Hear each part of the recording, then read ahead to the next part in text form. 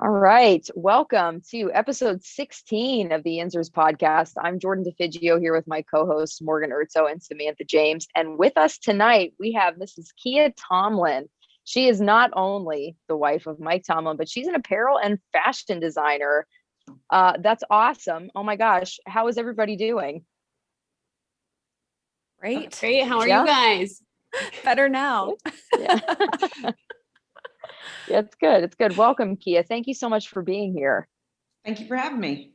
Yeah, absolutely. It's an honor. So for you, it's been probably a whirlwind couple weeks. How has life been since training camp started for you in your house? It's quite different. I'm used to come July, mom rules once Mike leaves for training camp. So I actually, this home training camp is a lot different. Not my favorite. Yeah. I kind of look forward to training camp, probably different reasons than most. But, I like a quiet house. I like dadless dinners for one, which means I don't have to cook. And my daughter and I, because my boys are grown or in college, my daughter and I get to eat whatever we want. And we have a little more input this time of year than we're used to. I was going to ask awesome. about the difference between training camp being in Latrobe and getting that time right before football season compared to now. I mean, that's got to be an adjustment. I mean, not that we haven't all adjusted massively in the past year and a half, but it's got to be different. And are you seriously telling me you're not the head of the household year round? Yeah. So I don't buy that. Yeah. No, I believe I am the head of the household, but I don't know. I just like to do things without having to, explain or answer to anyone. So usually this time of year, I rearrange all the furniture in the house while he's gone. Just little stuff like that, now that he's home, then it's kind of like, well, what are you doing? Well, why did you do that? Well, I like it better this way, but if I do it while he's gone for the month, when he comes back, he's so busy, he won't even notice it until February. And then, Right. You can get away with a lot of stuff right now. Yes. Or normally, maybe not now, normally. Yeah.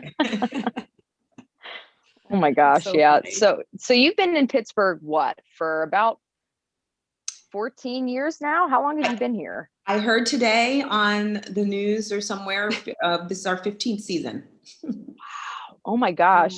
So what's been your favorite thing about this city? What does it mean to you at this point? Because that's a long time to be in one place that isn't your home. This is actually the longest I have ever lived anywhere. I'm from New Jersey. I lived in New Jersey, up until I left for college at 18, but, never lived in the same house, lived in multiple houses growing up. But then once I left for college, after the 4 years in college, I got married to Mike right after college, and we pretty much had moved pretty consistently, on average every 2 years. So to be in Pittsburgh for this long, this has become home for us. It's the only home that my kids know. The best part about it is the people. I mean, everyone is just genuine, and they're all just doing this. I feel like they're doing the same thing we're doing. They're going to work and raising their families.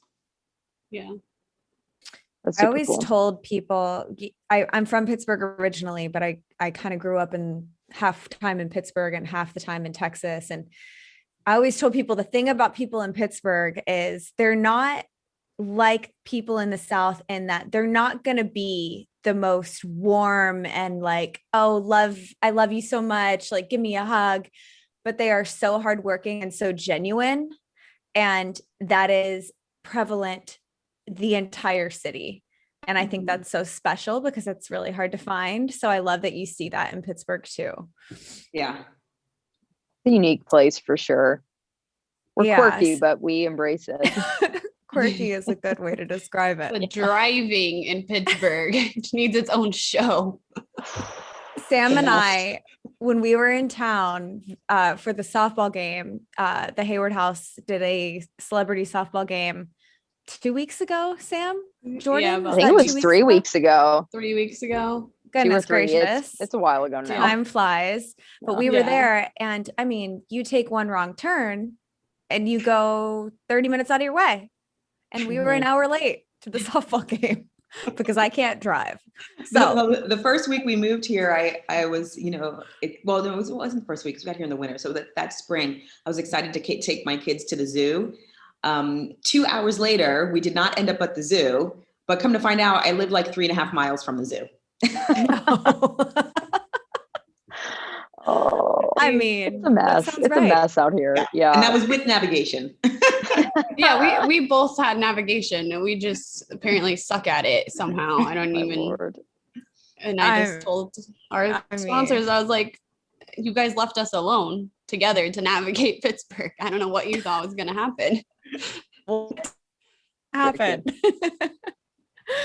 So Kiya, you, like Jordan said, are an apparel designer, a fashion designer. I have looked at your line. I've looked at your brand, just self-named Kiya Tomlin. Is that right? Is that what it's called? Yes, correct. Perfect. Sustainable staples focused on just comfort and building confidence. By the way, bamboo is my favorite fabric. I have bamboo sheets. It's amazing. People don't understand. Buy bamboo clothing, sheets, everything. Trust me. But game day apparel, you're doing all this amazing stuff. You've designed beautiful items of clothing. How important is it to you, as a woman, as an entrepreneur, to have an identity outside of, Mike Tomlin's wife? How important is that? Oh my gosh, that's my lifesaver. That is my lifesaver. I always grew up knowing I would do something. And, my mom was a single mom. She was a college professor. I wanted to be a doctor. So I always had this vision that, that's what I would do. I would work and I would be self-sufficient. And it's hard in the coaching world because of all the movement, the hirings, the firings. It is very hard for the wives to hold down a career. I don't know if this is still the case, but I know at one point, I don't know, maybe 10 or so years ago, maybe not that long, but I was the only working head coach's wife in the league. I don't know if that's still the case or not. Wow. But it's hard to do, to start a career and maintain a career. Somebody's got to be watching the kids if you have kids. So I just know that I'm miserable when I don't have my own thing to do. I mean, Mike works long hours, which is, part of it, to just be sitting around twiddling my thumbs, waiting for him to come home.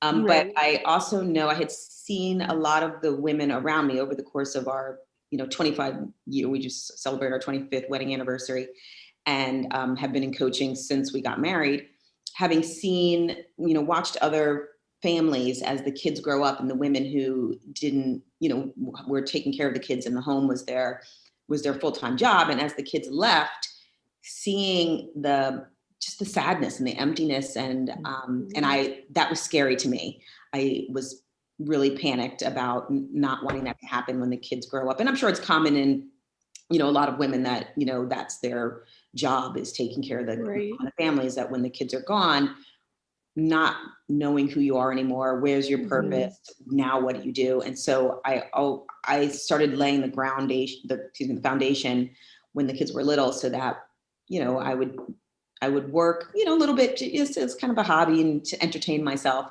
But as they got older, started ramping it up. So as soon as they were, off and running, instead of an empty house, then that's when my career takes off and I have to do. And I think it also makes my husband happier because I'm happy. It also keeps me less focused and, absorbed in what he does. I mean, I actually don't really know a lot about football. Part of that is I just didn't grow up in a football culture, but the other part is intentional. Because I know that he doesn't want to come home to me asking him questions about, well, what's going on here? And why didn't you run this? And I thought you could have done that. That's the last thing he needs from me, especially because, it'll be wrong anyways. but yeah, so working to me is my sanity. It's my excuse for, not having dinner on the table, and maybe not. Right. I don't know. Totally valid. Excuses. I love it. I know. I want to hear a little bit more about your apparel company, Kiya. Like, how did you come up with the idea? What started it? Like, what got that process moving for you? Yeah, so I've sewn and designed since I was a little girl. I didn't go to fashion design school because I didn't know anybody that was in fashion. There was no Project Runway. It wasn't like the glamorous field. So I went to school to be a doctor. Got married, and that fell through with all the moving around. Didn't make it to med school, but I always sewed and designed. And so we ended up Mike had a job at the University of Cincinnati, and they had a fashion design program there. And since he was an employee of the university, I could go to fashion design school for free. So wow. I did that. Yeah, that was like lifesaver, because that's when I had just discovered, like, I want to be a fashion designer. But at the time we were living in Arkansas, and there's like not much fashion design going on in Jonesboro, Arkansas. Go figure. So I had just told him I was going to move back home for a year, because I grew up in northern New Jersey. My family was still there. I'd move back home, and I'd commute into the city to go to FIT for a year for their graduate program. And he was like panicked, because he knew that if I left Arkansas, I was not coming back to Arkansas. So it was, I think the Lord was watching over us, and he got a job offer at the University of Cincinnati, where they had a fashion design program. So I was able to study there for the time that we were there for 2 years. I was able to study there, and really it was great, since I already had an undergraduate degree. They didn't really care what I did, so I could hop around, take whatever classes that kind of filled the gap of my self-taught knowledge. And then after 2 years, Mike got a job with the Tampa Bay Buccaneers. And so we moved to Tampa. I had intended to, transfer to a design school down there. And he was like, we're not in college coaching anymore. School is no longer free. We're not paying for any more education. Like, you're done. So I started a business making custom wedding gowns from home. And that's how that's awesome. I just jumped in hardcore, and figuring like, you did. What? Yeah. I just thought, if you can make a wedding gown and make a bride happy, like, I was at the top. I was an official fashion designer. And so I did that from home, and had kids along the way. It just, I could work from home. I could do it flexibly. I could, take what I wanted, turn down what I didn't want to do. And when we got to Pittsburgh, a few moves later, we got to Pittsburgh, and I started, doing it again from home. And when my youngest daughter started kindergarten, I was like, okay, well, I'm going to lease a small little space, so I don't have to keep traveling to clients' homes, because I couldn't bring people to my home. Right. So I leased a little tiny space in the back of like an interior designer showroom. And since I was then now working out of the house for the first time, I had to start getting dressed. And so initially it was fun, because I love clothes. I have a closet full of beautiful clothes I love to wear. But it got old really quickly, because I was used to working from home in my pajamas, in my sweats. Yep. And now I had to wear real clothes that needed to be dry cleaned. Not to mention the type of work that I do is, a lot of times I'm climbing on cutting tables, I'm scooching around the floor, hemming things, I'm like lifting bolts of fabric.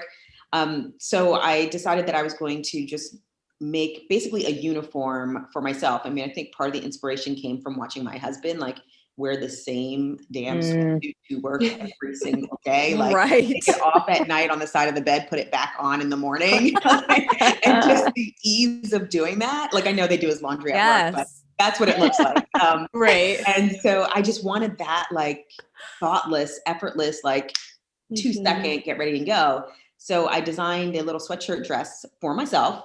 That would be my little uniform that I could meet with clients professionally and look professional, but it was comfortable, so I could run my kids. I could throw it on with tennis shoes, and I could throw it on with stilettos in the evening and go to events. And so I made this dress for myself, and I wore it all over town, and people kept asking me where I got my dress. And so I was like, oh, maybe I'll do this as a little side hustle. And but I didn't want to sew things myself, those dresses, because I was doing wedding gowns and evening wear, not like doing sweatshirt dresses. So I spent a year learning how to manufacture in a factory, which is very different from what I had been doing. And then that was kind of the birth of the line. It was supposed to just be one dress. Then it turned into 3 dresses, and then it turned into a whole collection. And now I don't do any custom design anymore. I just have this collection that keeps growing bigger and bigger. I mean, that's amazing. I'm sure, Jordan and Sam, that you guys have checked it out.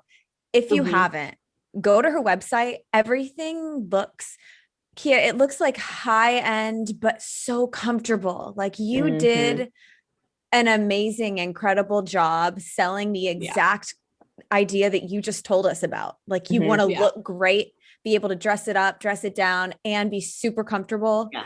And I mean, and then throw it in the washing machine at the end of the day. Especially as a working woman, like I'm customer facing still right now. I know a lot of people are working from home, but that is something that you struggle with all the time because you're like, oh my gosh, I don't want to wear that again. It's not comfortable, or I have a bunch of errands to run in between today, or a meeting and then a dinner meeting, and all these things. And it does get just so repetitive. And you're like, I just want this to be easy. Or comfortable. Yeah. I feel like so many of our options are restrictive. And if we want to look good, then we do have to a lot of times sacrifice comfort for that. So it's amazing to have an option where you can look really great and also feel great and not feel like I can't wait until I get home so I can peel this off of me and get into bed in my sweats and be good. Like, so, with my stuff, you can come home, take a nap in it, and then get back up and finish your day. I mean, that is my life. Dream. Sold. I'll take the whole collection. You also just dropped your obviously tea. Hilarious. I feel like people are going to love that. If you guys haven't checked it out, go to Kiya's Twitter. We will also retweet it. If you know Coach Tomlin, you're going to appreciate this tea a lot, and you need it for football season. Oh my gosh. Don't tell him though, because I don't show him the t-shirts until like Christmas time, when I give him I wrap one up for his mother, and then she opens it and she's like, "Oh, this is great." And he's like, "What is that?" What is that? He's like, "Hey, surprise!" Yeah, I'm like, even better. He's like, "Are you selling those?" Yeah. You have your It's fun. a niche market. You're capitalizing on what's been given to you. There's nothing wrong with that. Yeah. He keeps threatening to sue me for using his name and likeness. Grab from that shared pot, buddy. Yeah. Like, go ahead. Take it. Oh my gosh. But he is so eccentric in the way that he communicates with the media. And we've talked about already how eccentric Pittsburgh Steelers fans are. So you mentioned that you're not super big into football, but do you and your family, do you have any game day traditions? This is a question that's coming from Twitter. We kind of opened it up to them, but is there anything that you do every game day that you're like, gotta stick to this tradition? No. No, not at all. None at all. Most game days, my daughter has gymnastics, so I'm like, if I make it to the game, we come at like halftime. I'll listen to it on the radio just to, keep up with the score. But we don't have any tradition. You know what? Like that's a very healthy way. This is coming from a Steelers fan. To deal with Pittsburgh Steelers football, to deal with football in general, to deal with pro sports. My boyfriend plays baseball, and I have a heart attack every single day because that's how often he plays. I mean, it's just, you get so emotionally invested. So it's probably the best that you just, life just happens, and, football's a part of it. Like, that's exactly true. Sense. Like for 25 years to ride that up and down emotional roller coaster is not healthy. Right. It's not healthy. So I know that the more that I get involved and know what's going on, the more that I'm going to feel that roller coaster. And then the more I'm going to be like, on mic about the roller coaster, which is not going to be helpful to him if I'm like panicked about the roller coaster. No, you're exactly right. You're exactly right. Like I can relate to that. And obviously not on as big of a level because, you know, we're not married and he's not a head coach and whatever. But I mean, I am like that with Jared. And I drive him I am riding his ass about why'd you strike out 2 times tonight? Like, what was that about? And he's like, I deal with it enough. I'm dealing with it up here. I don't need you just like yapping in my ear. So I'm learning to like reel it in. But when you get emotionally invested in their careers, especially when it comes to sports, I mean, it's really, really hard to, you know, keep that internal and not project. So, I mean, teach me your ways. Like how it is intentional because I do see so many people that love it and they're so passionate about it. And, you know, part of me is a little jealous, like, wow, that's like, they really love it. Like I'm missing out. And, you know, or even just like reading the comments or, you know, watching the post game. Like you can't. I'm curious, I'm interested, but at the same time, it takes restraint to like, don't do that. That's, not good. No, you're exactly right. Somebody comment something negative and then I'm asking Mike like, well, why is that, Yes. It's inevitable too. I always tell people you're never going to be universally liked. No matter how good you are, people will still not like you because you're that good. So, you know, you can't read the comments. You can't look on Twitter. This happened to me the other day. I got into it with someone who made a negative comment. I mean, this is my vice.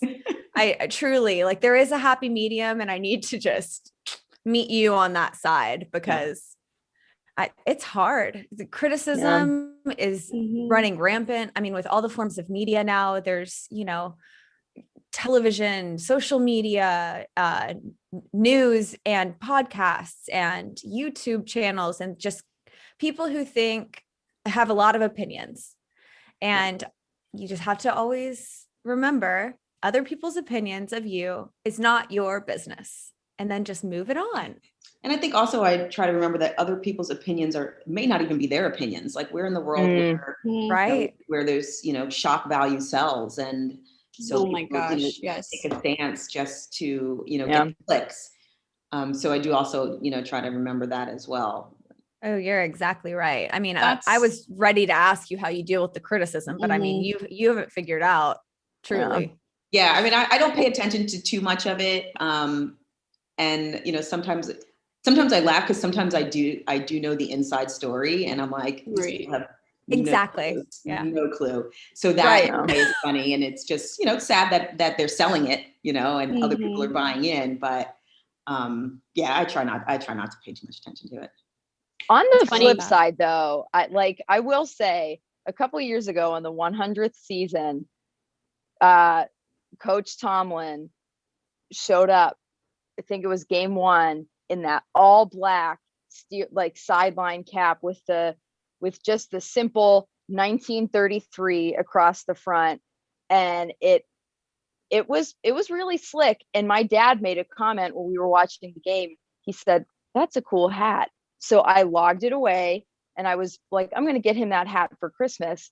So I was looking all over the place for this damn hat. And I eventually I was working at a mall at that point in time. And I went to Lids and I was like, yo, where's this hat? Why can't I find it anywhere? And they were like, you know, as soon as Mike Tomlin showed up to the game in this hat, we sold out. Like everybody wanted this hat. Like he is so slick and so cool. Like for all of the people who love to be vocally, you know, out against him, it's a very small group of people. For the most part, Pittsburgh adores that man. Like, and just all it takes is him wearing a hat for people to be like, we need to get that hat. And eventually I did find the hat in the airport, the Pittsburgh airport. I was like, this is it. This is the hat. I got it. And I don't think my dad wears it. 5 years later. 5 years later. I really with that. I think he in his they do like he has to, I guess, you know, meet with the NFL and Nike and New Era about like apparel stuff, and I guess they try to like encourage him to wear certain things. And he is like a stickler, like not wearing that. No way I'm wearing that. I'm not wearing that. So I know there have been pieces that he's worn that are not available to the public because he's a difficult person to dress. Right. You know, I don't think he doesn't like to be used as a billboard, and you know, he just wants what he wants. And right. And you know, I think the Air Force Ones have been over the years quite a sticking point because they always have like a coach's shoe, and he's like, oh my gosh. Like I'm Air Force One wearer, just give me the Air Force Ones, just give me the Air Force One. You know, like that's all he wants to wear. And I think they eventually, I think they finally eventually came around to it and let him wear them. Oh my word! And now everyone's wearing them. Exactly. This is what I'm saying. You guys are a house of fashion icons. Yeah, it makes me love him even more somehow. I know. Speaking of our favorite coach. Dads growing up, like my dad has sayings that he says to me all the time. They drive me crazy. Do you have any favorite like Tomlinisms that he uses at home? I'm sure there has to be one. Oh my God. Like that's one of the things that's funny to me is that people, you know, I guess are so entertained by the Tomlinisms. To me, I'm like, another day. like yes, he does use not those ones specifically, but there are. Right. I'd probably say the most common one that I have heard every morning since we've been married 25 years is attack the day. Attack the day. And I think that that's his like motivation to, you know, get moved in the morning. Cause like when we first got married and he was being a graduate assistant at GA is like the worst job ever. I mean, like he would come home from work at, 2 a.m. and be back out at 5. And I mean, funny story, when we first got married, I think we'd been married for 2 weeks and we were at the University of Memphis. He was a graduate assistant. And 2 weeks in, I'm happy housemaker. So here I come in our little apartment, I'm going to do our laundry. And I'm looking around and I'm like, we've been here 2 weeks. Where's his laundry? Like, there's no dirty towels. There's no dirty clothes. There's no dirty underwear. I'm like, what is going on? Is he like turning his underwear inside out? I'm like, kind of scared. Like, we're newly married. And I'm like, well, this guy he doesn't smell, but like something about this is not right. Like I was really smell. But I didn't say anything right away because I was like, I didn't want to say anything. I didn't know how to say it. So I just watched. And I would watch, there's no dirty clothes. He would come in at night, 2 a.m. I'd be in bed. He'd, just come in, he'd peel his clothes off right at the foot of the bed, climb in the bed. Next, 4 hours later, he'd roll out of bed, put those same, step right back into where he took them off and pull them back up and leave. And I was like, what? like gross. So finally, I asked him, like, dude, where are your, where are your clothes? Like, I was grossed out. And he was like, honey, I shower like 4 times a day at work and they do all my laundry. They're like, he just would throw his laundry in with the players' laundry and it would get washed and come back. And I was like, so relieved, but thank God where I started that story from, but that is hilarious. Attack the day. That's how you attack the day. Oh yes. Yeah. Sorry. Yes. So those long hours, and having to pull himself out of bed on 3-4 hours of sleep night after night after night, he would say, okay, attack the day, okay, attack the day. But instead of like him saying it to himself, he would say it to me, but I know he was really saying it for himself. Like, okay, come on, babe, attack the day. Attack the day. And then he would do it to the kids. All right, kids, it's time to get up. Attack the day. Attack the day.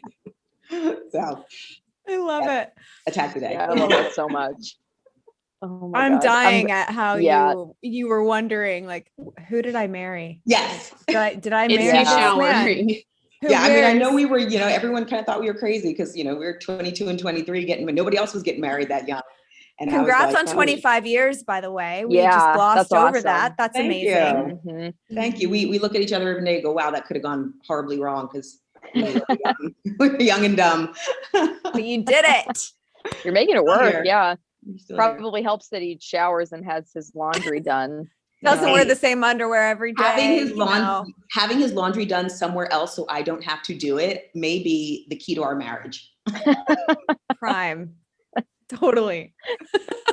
And it helps that he eats dinner elsewhere too. If he can, he's done less of that over the last few years, but like If I don't have to feed him or do his laundry, happy marriage. Easy enough. I'm taking notes right now. Get your laundry done by somebody else. Feed yourself dinner occasionally. Yeah. And then go from there. I think that's a good starting point, at least. I don't know. But yeah, we got some Steelers stuff coming up this week, which is exciting because I don't know. Maybe it's just me, but I feel like this offseason has lasted an eternity. The Hall of Fame game is tomorrow night, us against the Dallas Cowboys. So let's be real. This doesn't really have any actual implications on the season. But we're going to see a lot of Mason Rudolph, a lot of Dwayne Haskins, some Josh Dobbs.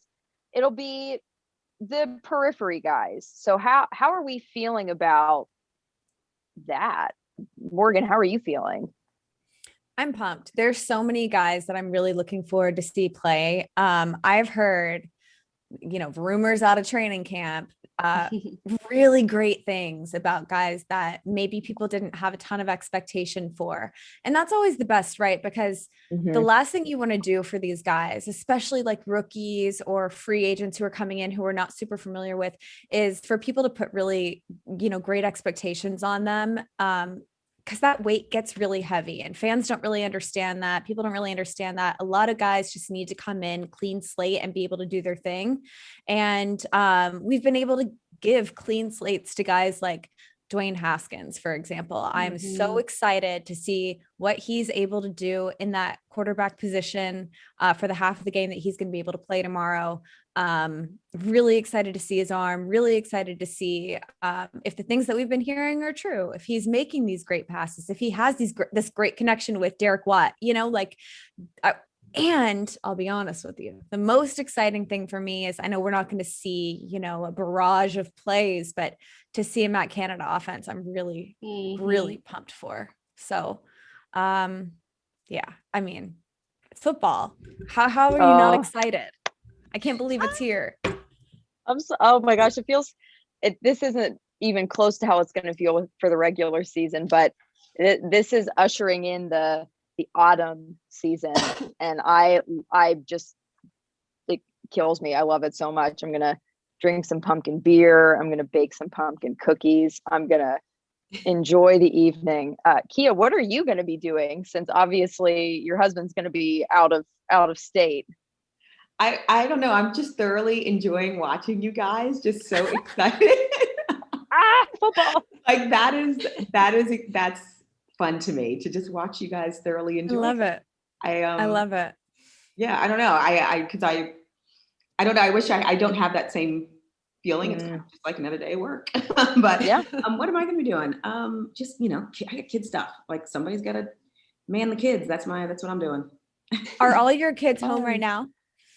Some of them are. My oldest one actually just left back for college today because he plays football at University of Maryland. Wow. So I guess I don't know, training camp or I don't know, whatever their season is starting to ramp up. My other college age son is still home. He plays football for Columbia, but they haven't started yet. My daughter's home because she's high school. And then I have a nephew who's college age who lives with us as well. So he's home right now too. Awesome. Full house. I was just going to say full house. Jordan, almost jinx. Right. Kindred spirits. Sam, how are you feeling about tomorrow night's game? I'm excited. Yeah, this is, the shot that the rookie players generally get to show off and show what they're made of. And we have heard so many great things coming out of camp. Some not so great things with our free agent cornerback tearing his ACL yesterday, DeMarcus AC, and both of our tight ends are hurt. So that's going to be interesting, but still, I'm excited to see that offense run, and I want to see some running. I want to see some running. Yeah, just anything. The only time I like running is no screen passes. Only time I like running is when I'm not the one doing it. Yes. And it's during a football game. Yes. Prime times for running. I do think our tight end injuries are not serious. I think they're all pretty minor, and we're just, trying to not sustain any serious injuries like with DeMarcus. That's really a shame. Right. We brought him over this year. He didn't get to play last year at all when he was with the Niners. So, you know, that's unfortunate, but best wishes and prayers for recovery for him for sure. Yeah. I'm pumped to see guys like Rico Bussey. Like this dude, we signed him. You know, I didn't know who he was. I don't know if you guys knew who he was, but nope. I love to see a guy just like make a name for himself in camp. I freaking love it. And people are talking about him like he is some phenom. Again, don't love the expectation on his shoulder, but if he can ride with that, like if that's his thing and he performs well under pressure like that, and it's seeming like he does, like I'm pumped to see what he can do. Add to that receiver room, seriously. Absolutely. Add to the receiver room, like make that a competition. Iron sharpens iron. I really want to see these guys just go all out. James Pierre is the other one that I'm so pumped to see, because they're talking about moving him to the outside, which would be, I mean, answer to all of our secondary problems right now. Yeah. Yeah. Right. So love it. So excited. Yep. It's going to be some good stuff. I'm really looking forward to it. But that's all we got in the way of Steeler news. Kiya, we're going to do some rapid fire Pittsburgh favorites with you, because Pittsburgh is known obviously for its sports and it's a blue collar town, but there are some really great places to visit and eat and drink. So we're just going to go through a list, ask you your favorite, fill in the blank, and then you can answer. So starting out with, what's your favorite Pittsburgh restaurant? The Lot in Oakmont. In Edgewater? Yes. Yeah, the Lot at Edgewater. Oh my gosh, I've heard so many good things. We lived there like all COVID, like because they have a big outdoor patio. So we were there up until it snowed with our coats on and the heat lamps, and that was our family dinner. What was your go-to on the menu? The crab soup, and then I'd get a side of mashed potatoes, and I'd put the mashed potatoes in the soup. That sounds so good. That is innovative. Oh my gosh. All right. When we come in for the home opener, Jordan, we're going. A lot. We're going to go. And that's been on my list for a while. Can you drive? Yes, gladly. Actually, I may hire a DD and then we can just make sure that they can navigate the Pittsburgh streets and then we don't have to worry about it. Love it. With that. Yep. So the Lot. Awesome. That's awesome. Cool. Go ahead, Morgan. Oh, you want to? Okay, sweet. Yeah, we'll go through. Favorite place to grab a drink, Kiya? Just like Casbah on Highland Ave in, I guess, Shadyside. Awesome. And what's your favorite? What do you get when you go there? I pretty much only get, I drink cranberry juice, orange juice, Sprite with Malibu rum. Ooh. I like that. So it's either that or a glass of Riesling. But yeah. All right. Yeah, Riesling too. Probably the mixed drink. That's not bad. Sam, you go ahead.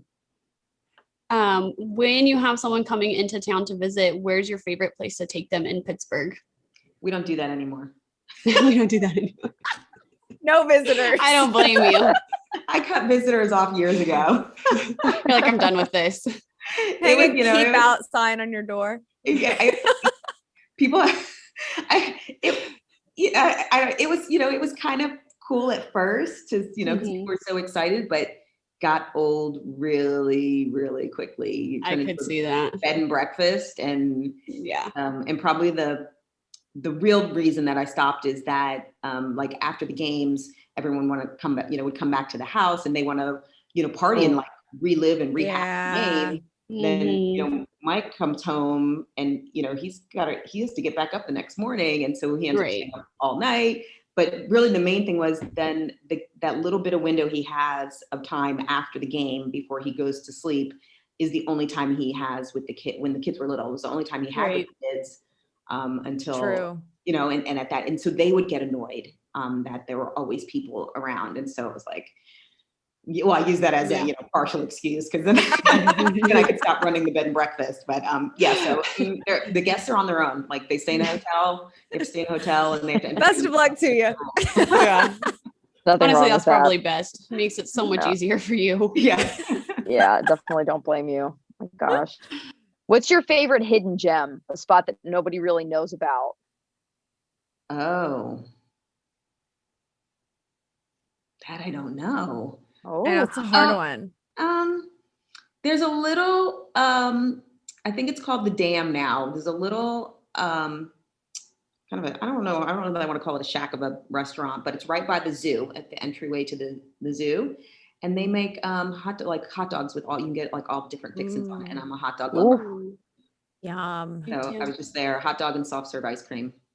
Oh. Even better. Sold. Yeah. We're talking about food a lot, you guys. I'm getting hungry and it's like I know. 9:15 here. Oh my gosh, yeah. Okay. When you were new to Pittsburgh, favorite touristy spot? Like what's the coolest thing you did like when you were new? When I was new.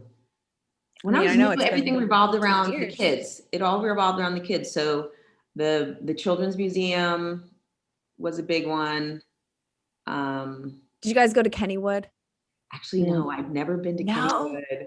I have never been to Kennywood. I know. When we lived in Florida, we had season passes to Disney World and Busch Gardens, everything. And so when we got here, I grew up theme around parked out. Yeah, I was kind of like, it's not going to be. I know it's not going to be Disney World, so. No. So my kids never went to Kennywood until they got old enough to go by themselves as like middle schoolers when, like go in a little group. That was the first time they had been. So all my kids have been to Kennywood now, just I have never been. Amazing. That's a cute little spot.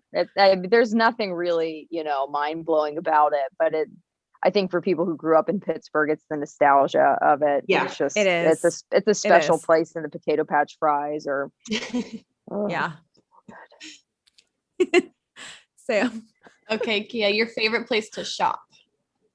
My favorite place to shop, I think Christie Boutique. I think might be my favorite. I did just discover another little boutique, Rue Boutique in McCandless today. It's adorable. Okay. Nice. I'll have to go check those out. Yeah. That's awesome. Love it. Where's your favorite place to volunteer or donate? Volunteer or donate. Well, I donate clothes to the Thriftique. It's in Lawrenceville now, kind of tucked away, and all the proceeds go to the National Council of Jewish Women's Charitable Foundations, charitable endeavors. So donate there, and then the Children's Institute is right up the street. So I used to run fund a program there that would go into the public schools and teach kids using puppets about, I don't know if you remember New Kids. You guys are all so young. New Kids on the Block, it used to be called before. Of course. Kids on the Block. Called the Kids on the Block. Of course. Teach kids about disabilities and learning disabilities, physical disabilities. Wow. Awesome. And then of course the Pittsburgh Promise. I'm on the board. Awesome. Okay. Oh, great. Okay. And the most polarizing question that we've ever asked anyone. Does pineapple go on pizza? It does. Yes. It does. It totally does. She's one of us. I still need to try it. The jury's out in my book, but yeah, you have to try it. I was not sold on it. And I don't know that I order it myself, but I eat it when my kids order it. Okay. Great. That's fair. Totally fair. I'm fully convinced that anyone who says pineapple doesn't belong on pizza just has not tried it. Yeah. I would agree with that. Or there are some people who just don't like the savory sweet combination. Like for some people, that is just a little bit too much for them. Like they don't like chocolate covered pretzels. And to me, that's weird, but what are you gonna do? Is weird. That is weird. I don't know. This world is full of weird people. We're not those weird people though. We're fine. But yeah, Kiya, thank you so much for joining us tonight. We had such a good time. I honestly taking taking this amount of time out of your evening to hang out with us and talk with us. We just really appreciate it. So thank you. Oh, that was so much fun. And I love watching you ladies talk sports. Like when you were doing the little sports segment and talking about all the players and the plays and like, I don't know what you're talking about, but I was like, look at them, they are badass. I love watching them talk that stuff. We love our Steelers. We do. Yeah, we do. Yeah, thank you, Steeler Nation, for joining us and tuning in. We appreciate you guys. Yeah, as always, be sure to follow us on Twitter at Yinzhers and on Instagram at Yinzhers Official. Subscribe to us wherever you listen to your podcast, and we'll see you next week for another episode of Yinzhers.